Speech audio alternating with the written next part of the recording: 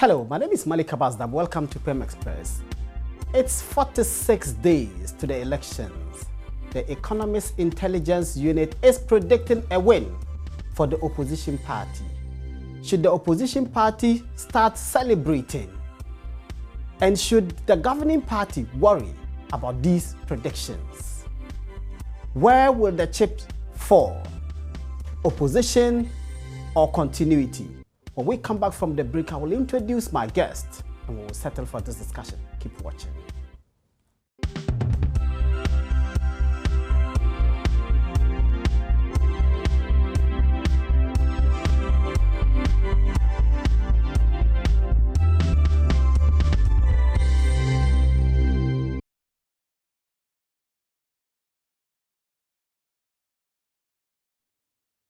You're welcome back. We are discussing elections and predictions. My guests are Mr. Robert Ahomka Lindsay. He's a former boss at GIPC. Robert, you're welcome. Thank you. And then my friend, Godwin Ediji Tamaklu. Yes, we had heated arguments here on this show, but fine gentlemen, welcome. Thank you. Welcome to both of you. Thank you. Let me start with Robert. You followed the EIU's prediction? Yes, I have been reading about it. It's very interesting, but I think as your opening statement said, in all of these things, nobody, I think, these days takes polls and predictions.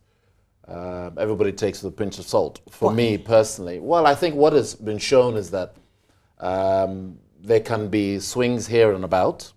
And what is actually more important is the content. I tend to look a lot more at what are some of the key issues they have found out in their research. I think that, for me, is more informative than the call they have made, even though they have made some interesting calls over the past 3 years. It doesn't look like you have too much confidence. You are placing too much currency on this. Oh, no. Don't get me wrong. I mean, if I look back, for instance, to my corporate days when I was at Coke, every time I visited one of our 50-odd countries, one of the key reports they would put in there as a background analysis was the EIU report. So don't get me wrong, but I think any party that takes one poll as a complete verification of everything it's doing would be treading on very thin ice. I think it's better to look more closely at what is in the contents of it. I think that is more interesting than where their prediction is hitting. Godwin, is the NDC worried?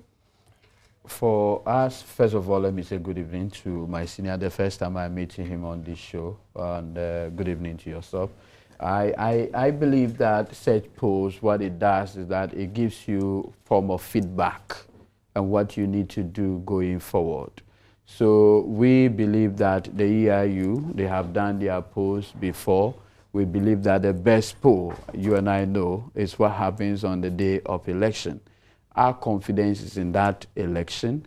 We have no doubt. So as the president, and as you're aware, together with his vice, the chief of staff, they are out there speaking to people. They are relating to people at the various constituencies, the various places. And it has always been said, all politics is local. And you said, you referred to this has happened before. Yes. And the previous one there, you predicted once again that the MPP will win this election. Yes. This is a second prediction. Shouldn't that worry you? No.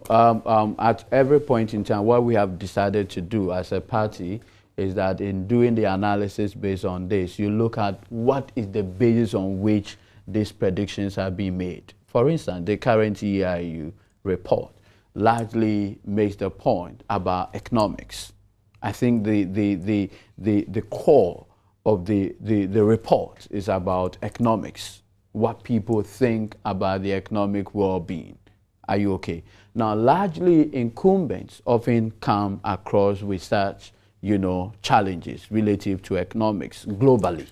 It's about knowing very well that when it comes to election, the voter has a lot to decide on. It goes beyond economics.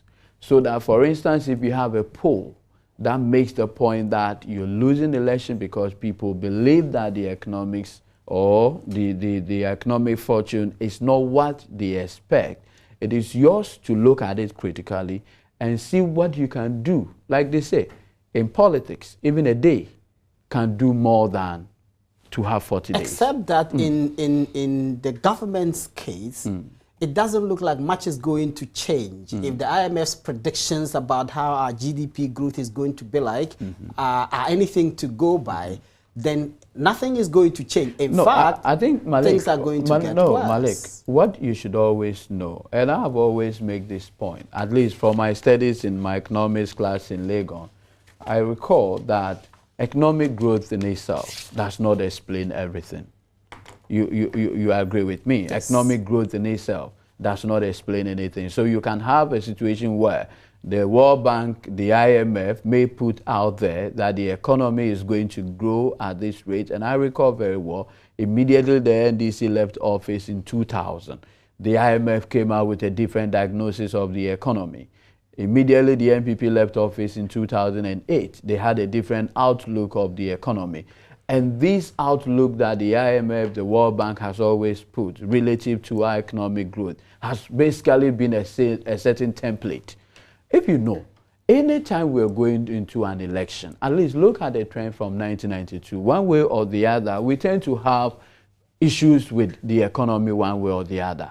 But, Malik, we all know that globally, there are better indicators of welfare beyond just economic figures, beyond the GDP growth and others. And I am a local politician. As we speak, as you were, I'm the deputy regional youth organizer at Greater Accra.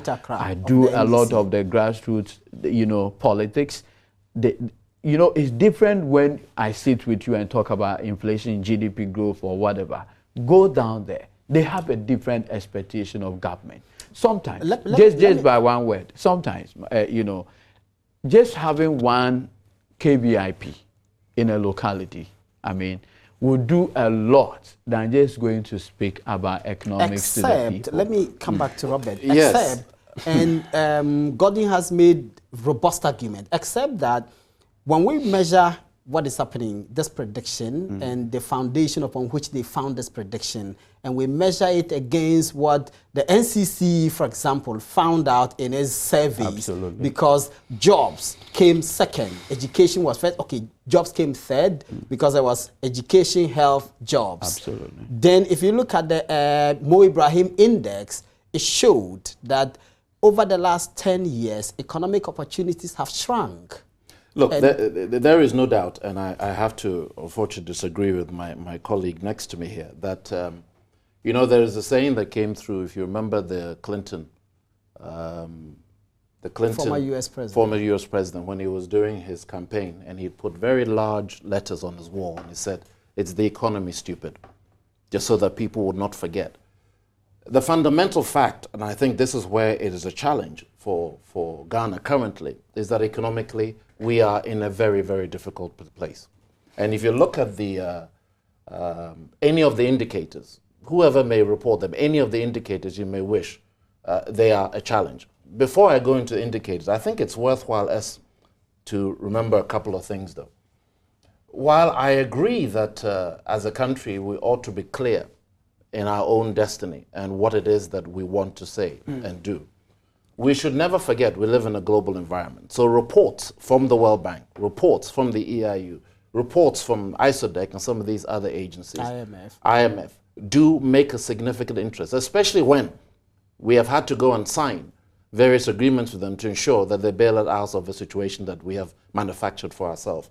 So I think it's very important we bear that in mind. Let me go through some of the reasons why I said that while I did not necessarily place everything on their predictive result, I was more interested in what are some of the reasons they gave, because those reasons resonate very well with what we're finding on the ground.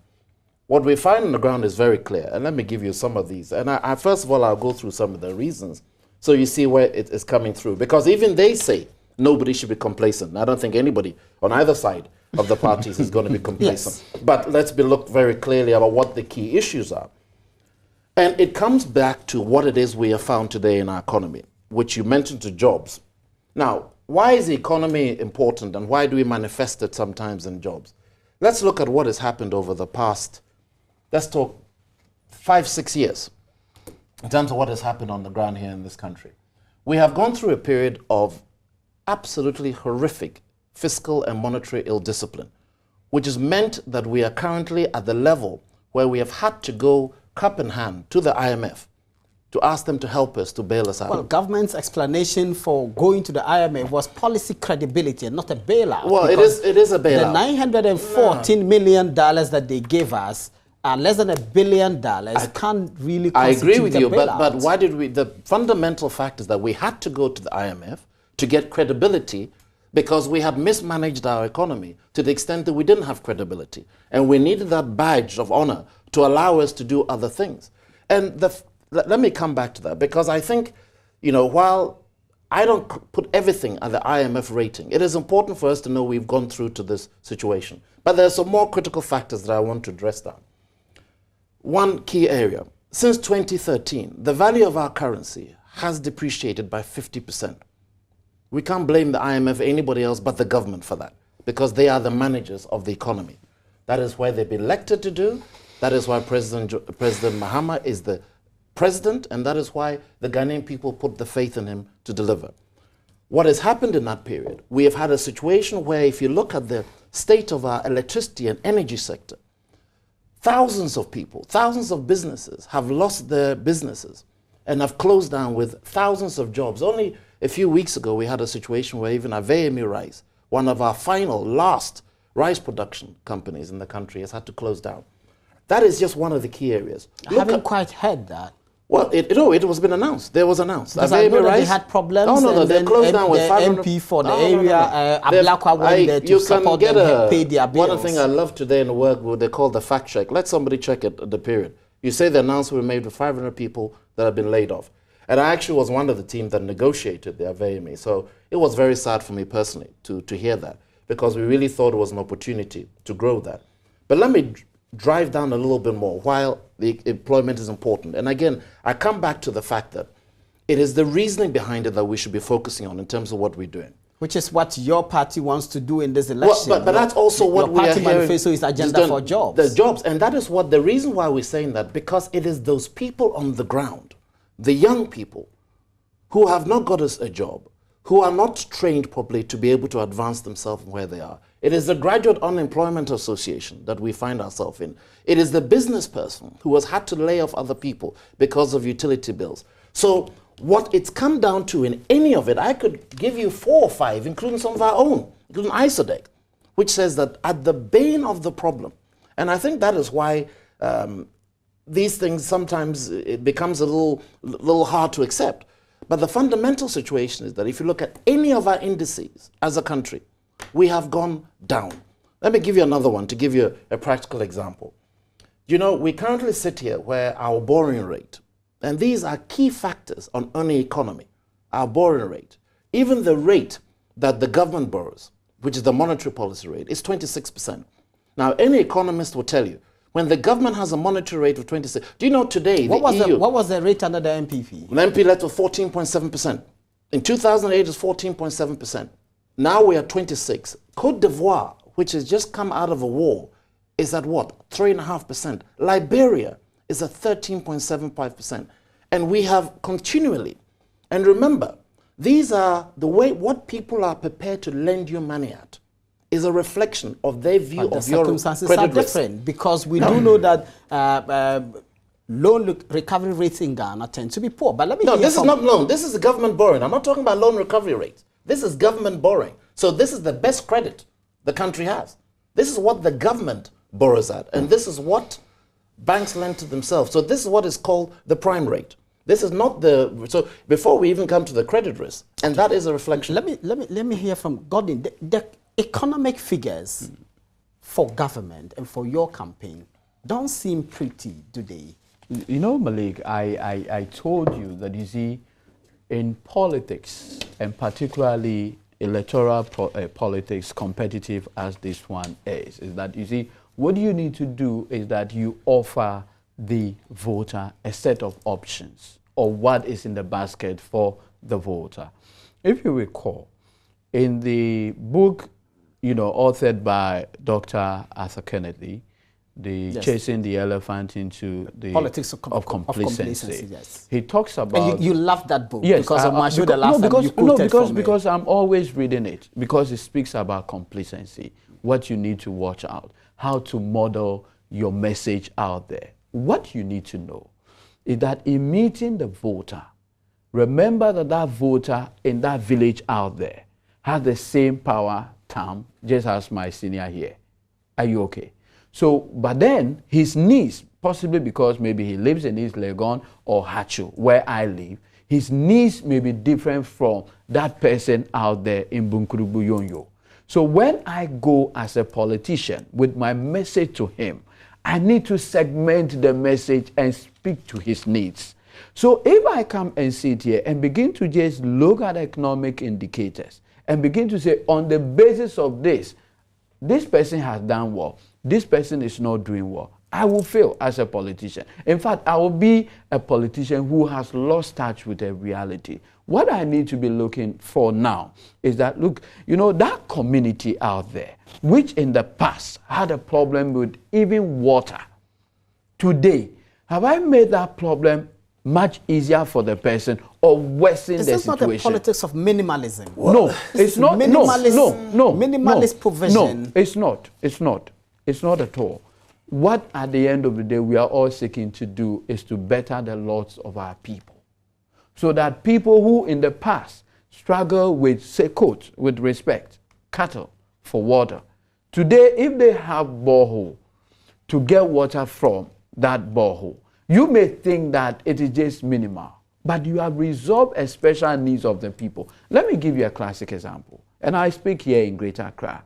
In the past, if you have somebody seriously ill in Dodowa, the person at all costs must struggle from Dodowa to get to Accra here, or 37, for special care. So now government decided, look at the distance of getting that sick person from Dodowa to this place. You need to tailor a certain need to that person.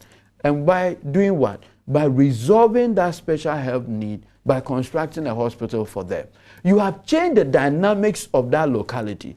You have provided help, but you have also done something significant. You are providing employment for the people. And that's where the problem lies, because there are those, yes. Gordon, before I come to you, Robert. No, because you see, it's about tailoring your message. There are those who insist that what the government is doing is borrowing money, putting up buildings, but the persons who will work in those buildings, in order that the objectives you set may be materialized, those people aren't getting their jobs. So there are people who have left nursing college, and for 2-3 years they are home and they are not getting jobs. Now let me I ask have you, a student. Malik, let me ask you. I have a student who completed a nursing course at UDS, and for 2 years he was sitting at home. No, but the point is, Malik, how do you employ that person to get job as a nurse if you don't put up the hospitals?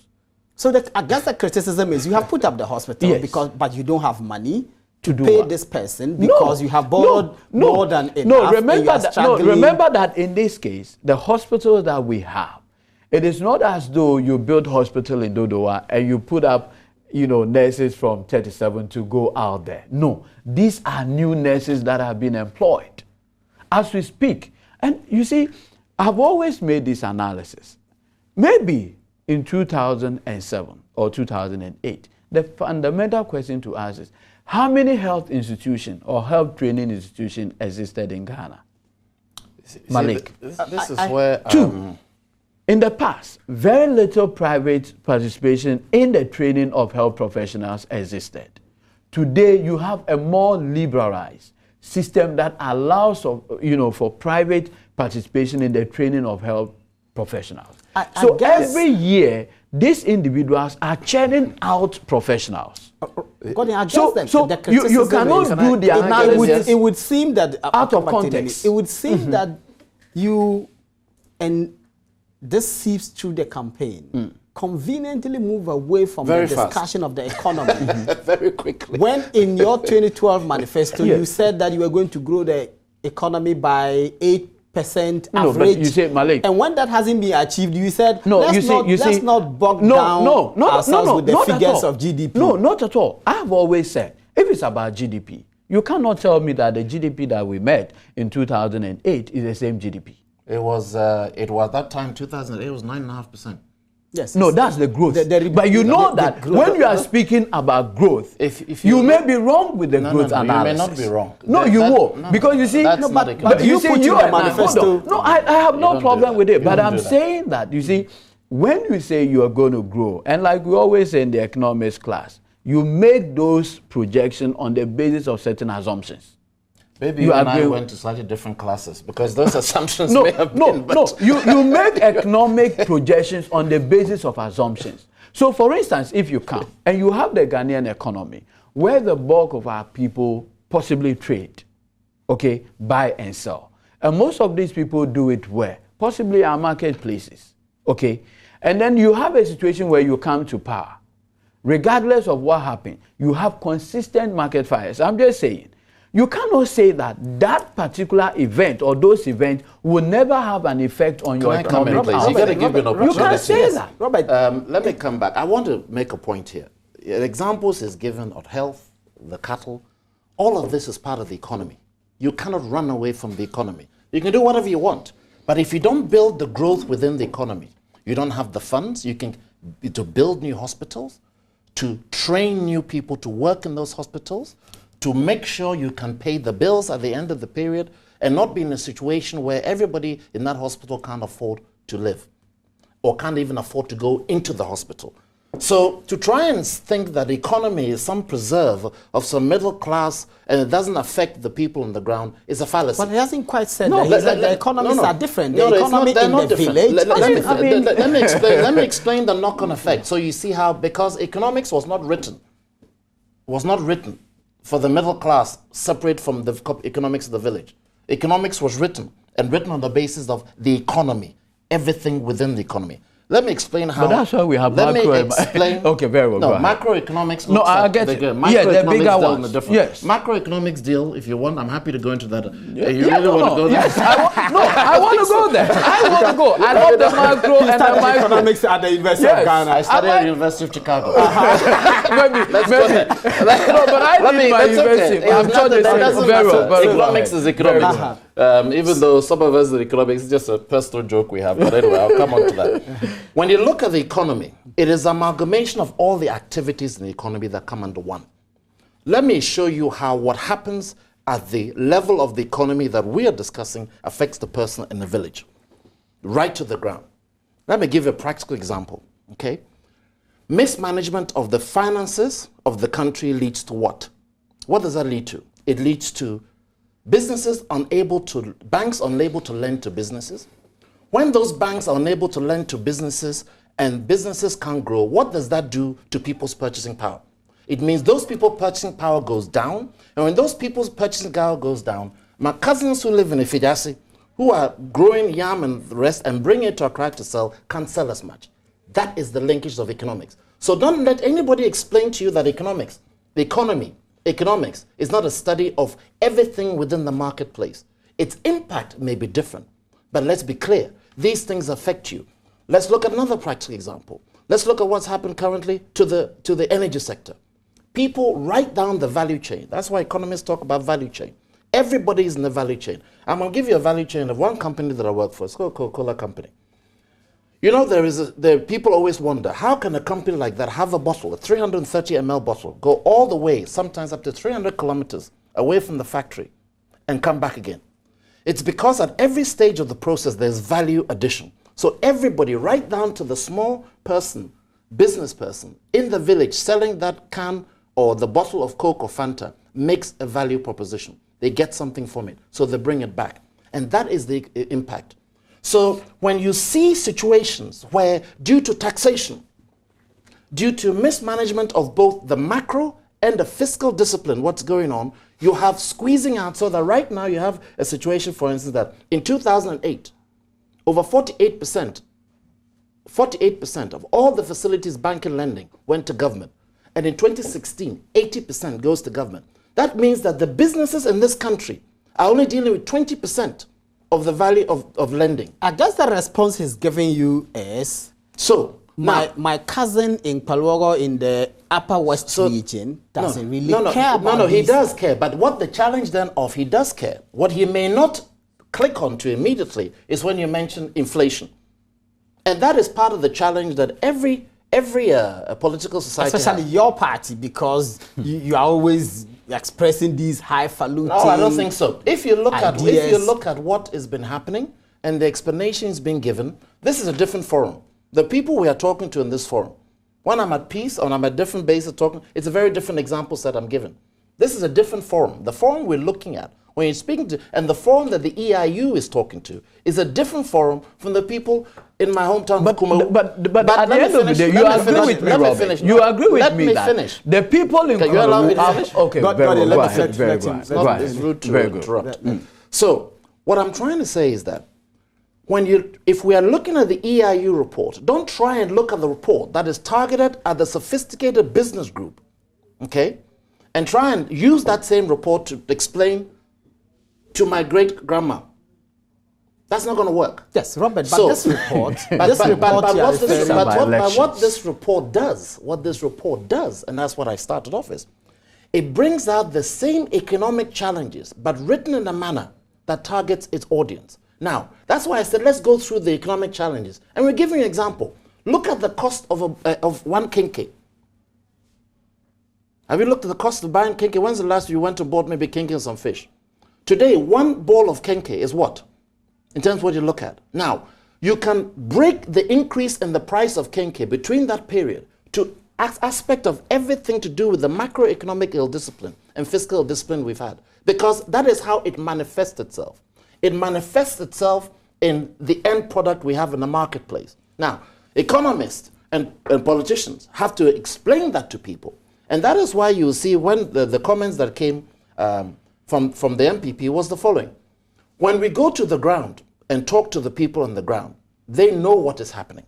They know the hardships they're facing. Today, I believe Akuffo was in the Ashanti region, talking to some of the people there, as I know President Mahama was also in the Volta region. Discussion, the dialogue you have, it doesn't matter what the dialogue you have brings that home to people. And you can see at the core of it, people want jobs. This is at the core. You can swing at anyone. I can build anything I want if I can't get people jobs. And that is why you will find the very essence of the MPP manifesto is to do everything it can, both on its fiscal discipline, on its industrialization program, and on its training to ensure we create jobs. Because if we do not increase the size of our economy, the economy we sit on today, which by the way, because of, again, mismanagement, dropped from $46 billion to 36 because we lost 50% of the value of the city. That economy we have cannot create enough jobs for our 30 million people. Hold your breath. I have to take a break. When we come back, we'll continue with this discussion. We are discussing the EIU's report that is predicting that the MPP will win the elections. This is a second prediction this year. We will be back.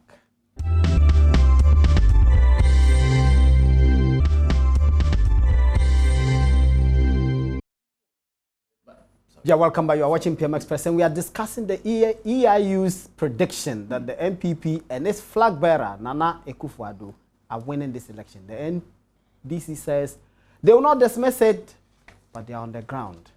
Mr. Roberta Kalinse does not quite agree. But, Godwin, let me come back to this thing about the economy.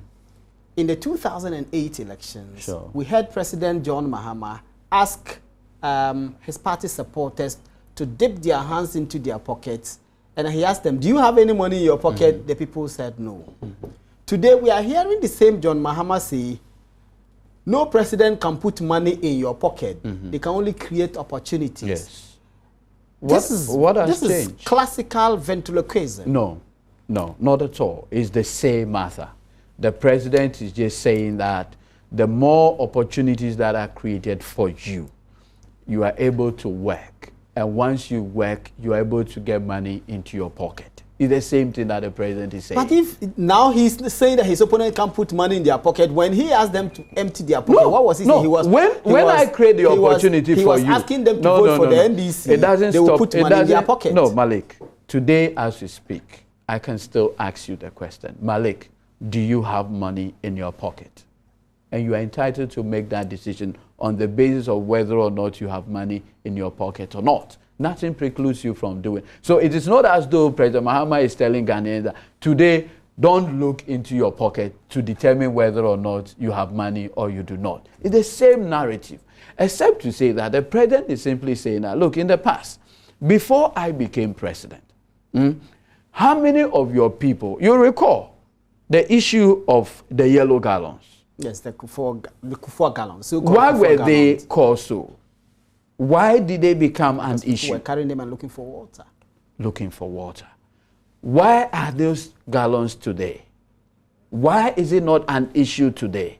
So that the president is simply saying that possibly... Are you sure it's not an issue? Where everybody has water. No, I can't say that. In fact, I cannot say that today we have 100% coverage for water. But what I'm simply telling you today is that, you see, in the past, if you lived in somewhere Medina and Adenta... Yeah, and there's a frequently recited No, it's not frequent, because this is what has happened. Unless, of course, you have a different narrative. No, we are not saying that there's no water. I'm just saying that is... If you had lived in Teshi before, and you knew the water problem in Teshi, what is the narrative today? So if today I am going to the people of Teshi, among all their roads that they used to complain about, the Lekma, all those areas, when I'm going to speak to them, I need to let them know that in the past, this was your problem. This is how we have resolved the problem, or this is how we intend to resolve the problem. We want to see whether there is a superior way of resolving the problem than we have done. That is why the people out there are interested. I am happy. And like I told you, I always want to use that book as reference point. Look, in that book, a certain Professor Jackson, Larry Gibson, was contracted to, consult for the NPP. And Arthur Kennedy speaks of the recommendation. Around that time, the NPP kept talking about the economy. The man said, look, the model that he has done, and he's run a survey on the model. He put economy, he put social intervention, he put A, B, C, D to the people out there. And this is their comment. And so I wasn't surprised at all. When the NCCE came out with this report, one of the things that the NCCE said is that people put their health needs better than anything. Today, Malik, as we speak, I listen to MPP MPs make the point that today they have registered some say 2,500 people on national health insurance. Others will tell you that we have registered 8,000 people on national health insurance. Which national health insurance, Malik? Which national health insurance are they, registering people on? To do what? Now, when you have people registered on the national health insurance, and at the end of the day, there are no health facility for them to go. And that is why the NCC report speaks of health. So for me, when I go out there, the simple question for me is this. From 2001 to 2008, Malik, the Rich Hospital, called the Greater Accra Regional Hospital, had always existed. How many more hospital beds were added? Malik, you cannot tell me today that the Rich Hospital as it is, okay, without any expansion, should be employing more nurses.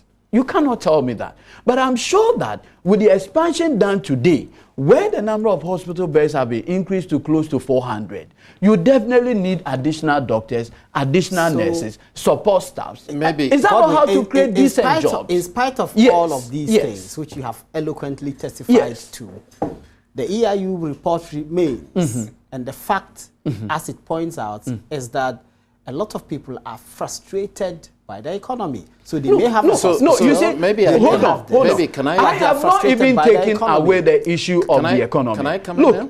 You know, what do you call it? Much earlier, the CDD came out with their survey, you recall.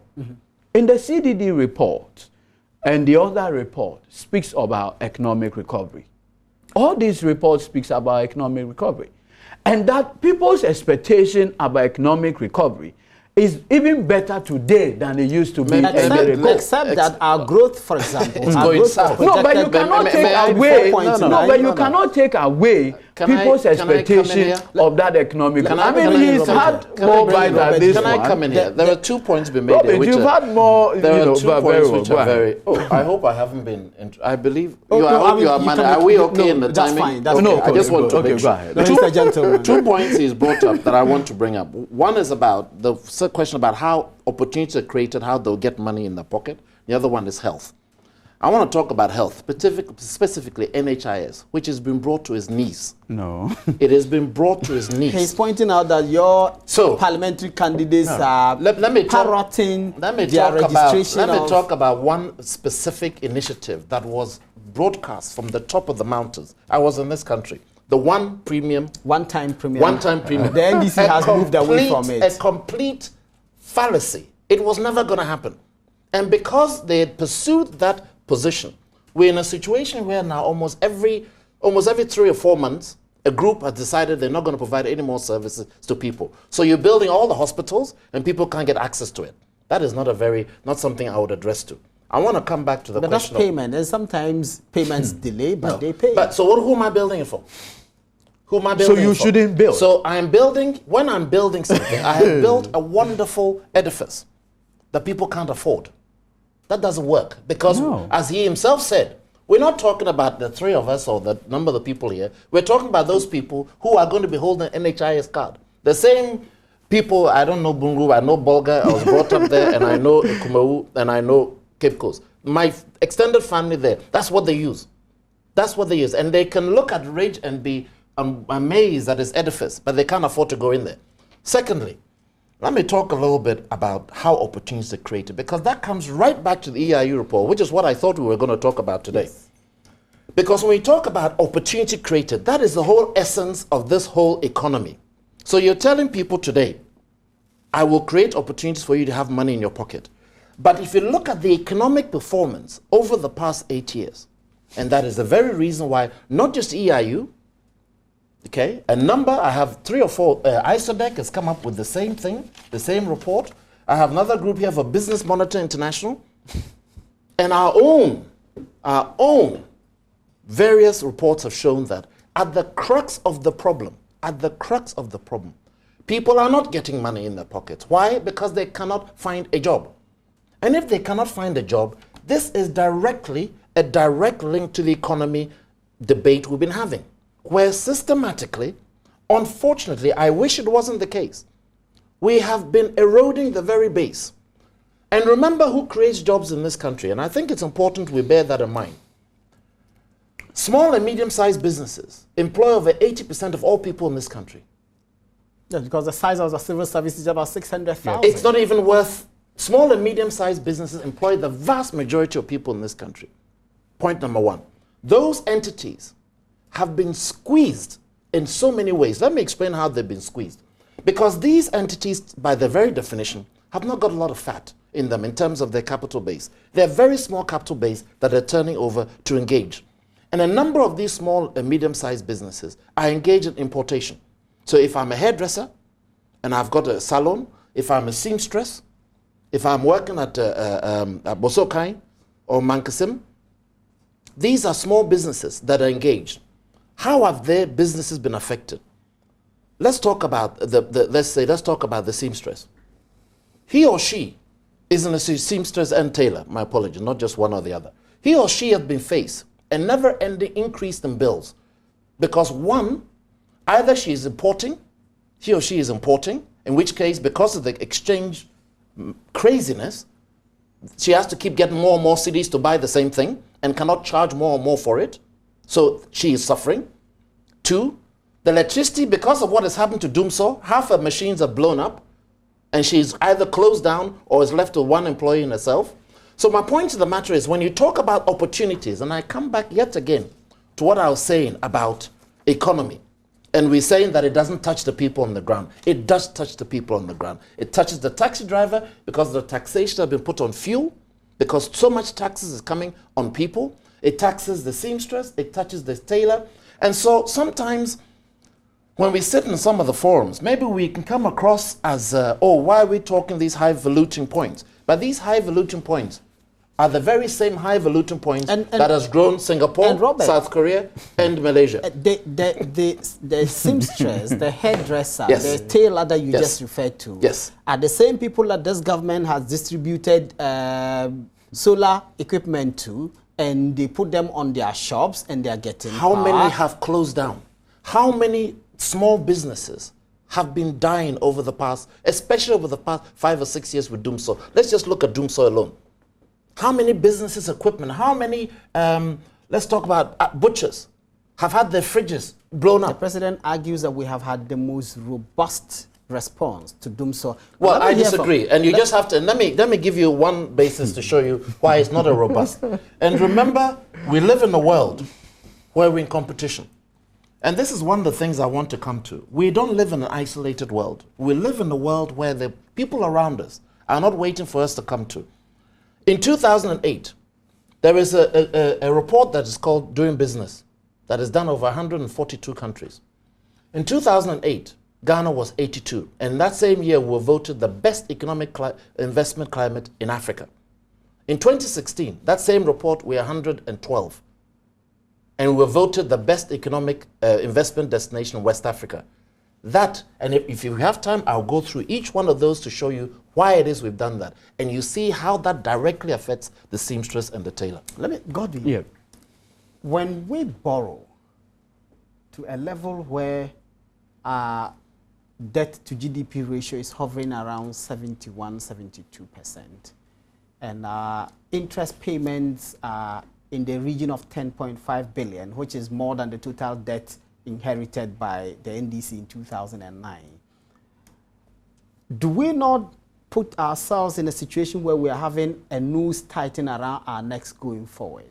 If I may ask you, I mean, just in answering your question, as you're aware, public debt in itself is not a problem. I think we should all by now agree to it. It's about the management and the mechanisms you put in place to resolve the sustainability. Problem. Absolutely. In fact, the question really has been more about debt sustainability than just the accumulation of it. I strongly believe that the question of debt to GDP ratio, I mean, it's more like a balancing thing. The more, say, your GDP is growing, okay, regardless of whether the debt, you're piling more debt, there can be a dynamic change. No, but if your GDP is going up and you're not piling up debt, your debt to GDP ratio should be lower. Absolutely. So that's the point. Two, even if you stabilize the CD, at every point in time, it will have even an effect on your debt to GDP ratio. So that, for instance, if today, the debt to GDP ratio today will be a measure of how much you have taken in dollar terms against the entire size of the economy. Now, if you do that analysis, you will come to the point that even just by stabilizing the CD alone, it will change the ratio, whether it is 60%, 67%, or 70%. But I'm making this point that, in fact, of all the borrowing that we have done, okay, the question is, in what areas are we putting it? You cannot, Malik, tell me today that assuming we borrowed $1 billion to build our gas infrastructure project, you cannot tell me that it's a waste. You cannot also tell me that today, if we borrow, at least to put up the good road that we are saying, you cannot tell me that it's a waste. In fact, in most of these projects that we are putting up, they have the mechanism to even repay their own, these money that have been borrowed. So on the question of the sustainability, it can be sustained. I strongly believe that even growing the economy alone would have another ripple effect on this ratio. As we speak, you agree with me that collectively, what we are all trying to do, at least, is to make this economy grow bigger.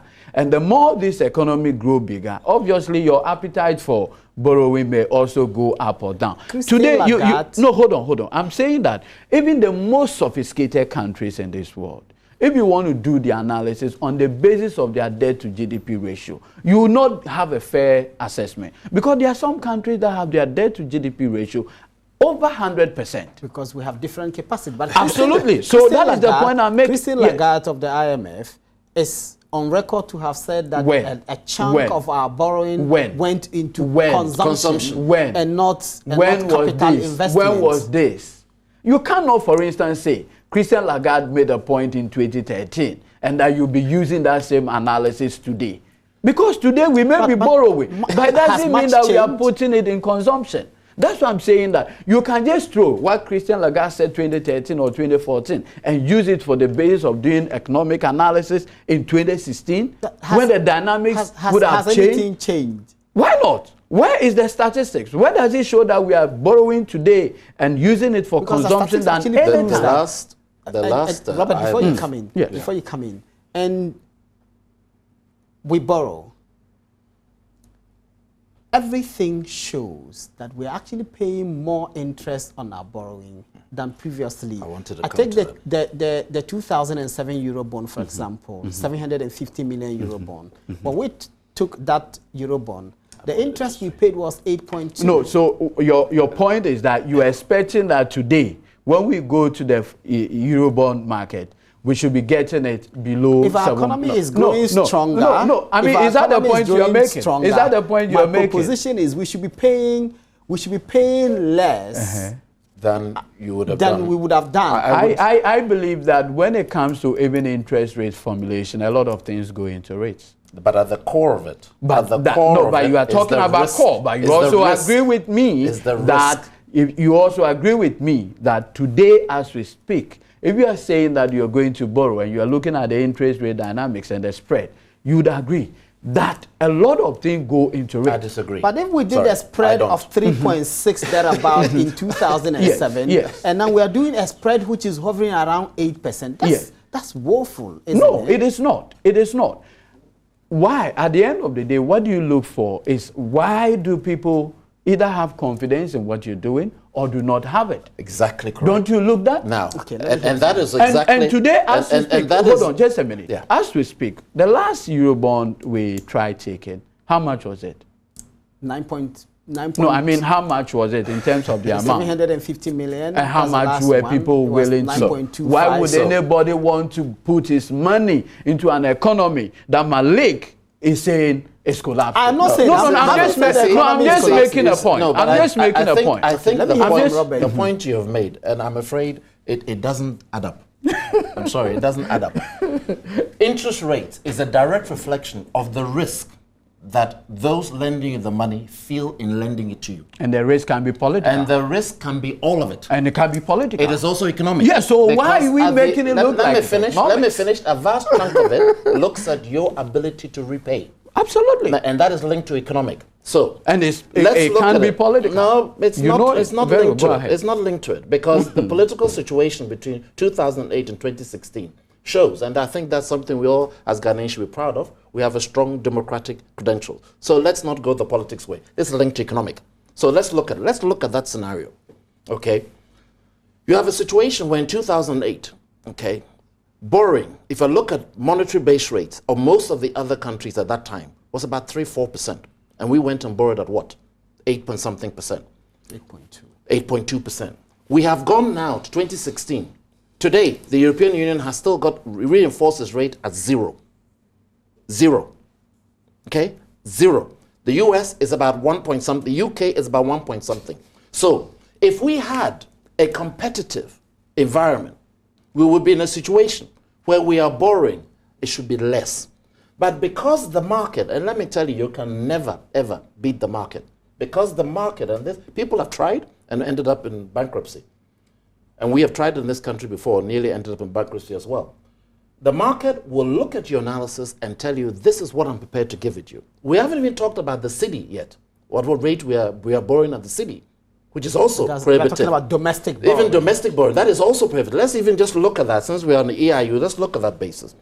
But let me talk about the public debt as well, because I think what should be very clear is that the interest rate you pay is a direct reflection of the risk profile that you receive. One-on-one economics and finance. Let me talk about public debt.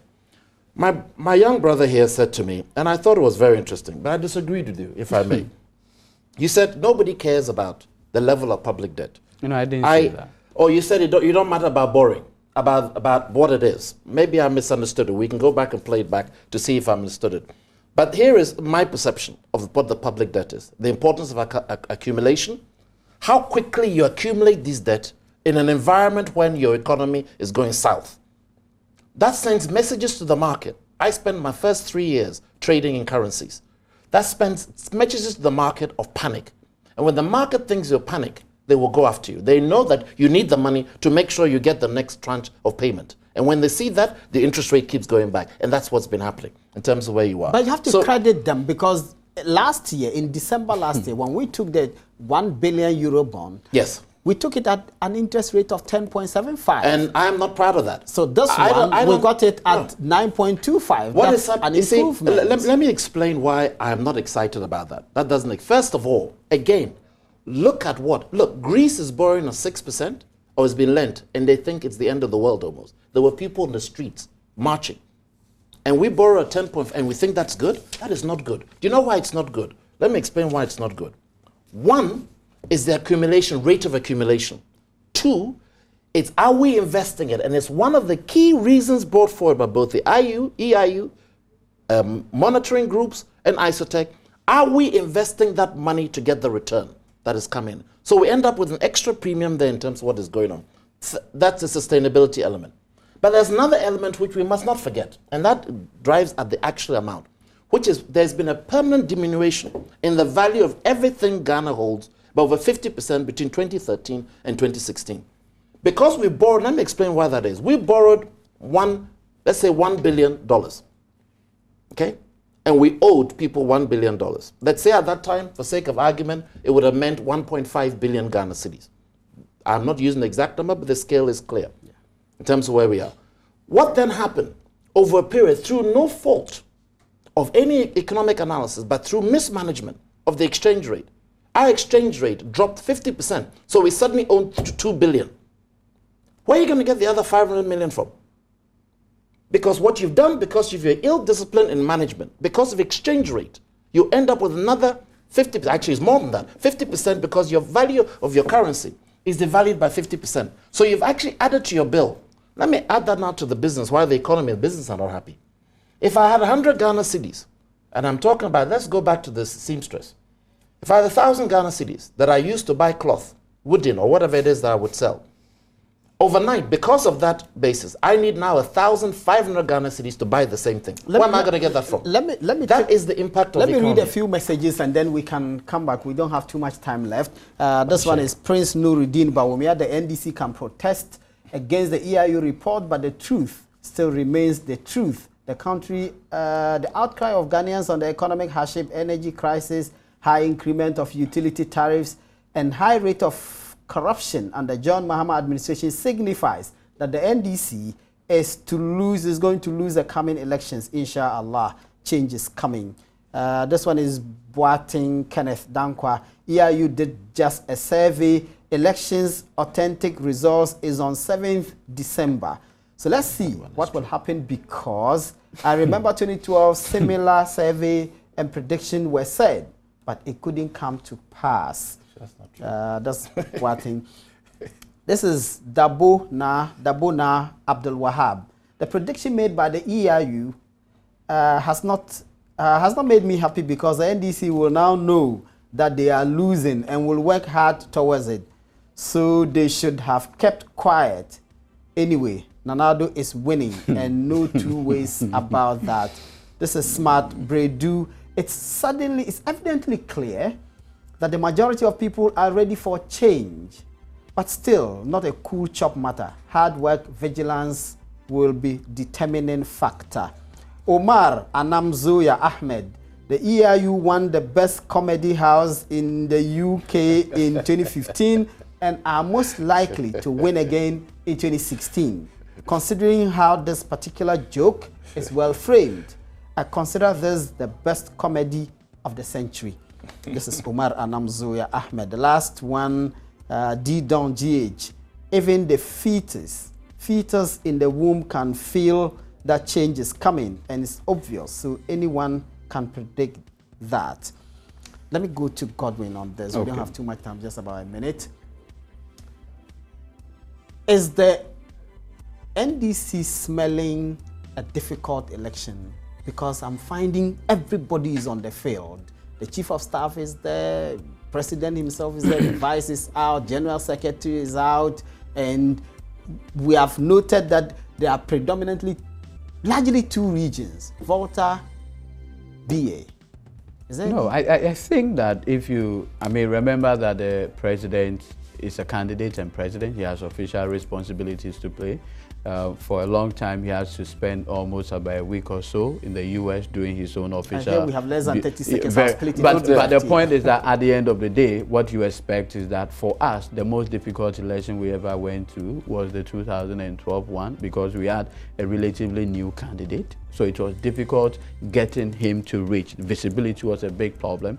Now he has the benefit of being a president. But he may have squandered some of the goodwill that he has in no, 15 seconds. It doesn't always work that way. No. Maybe that's what you think. In 15 seconds. Well, I think we were talking about the EIU. I heard one of your group there saying, EIU in 2008 predicted NDC. And in 2012 predicted NDC to win. And they predicted you would have discounted all well, of that. I mean, we went to court. At least to challenge the outcome of this election. Let me finish. I am just saying, I'm going to the EIU did predict in 2008, and it came through. In 2012, it came through. 2016 came through. But they say you must maintain internal party history, unity. If you want to win. It is about, and I think it's good for the parties to fight for the attention of the Ghanaian people. I mean, we like this. It doesn't make us complacent at all. A former boss at the GIPC. It makes us to work harder. Godwin Eduji Tamaklo. He is an executive of the NDC in the Greater Accra region. God willing, we will bring you another exciting discussion on PM Express. Until then, my name is Malik Kabasdabu. Bye-bye.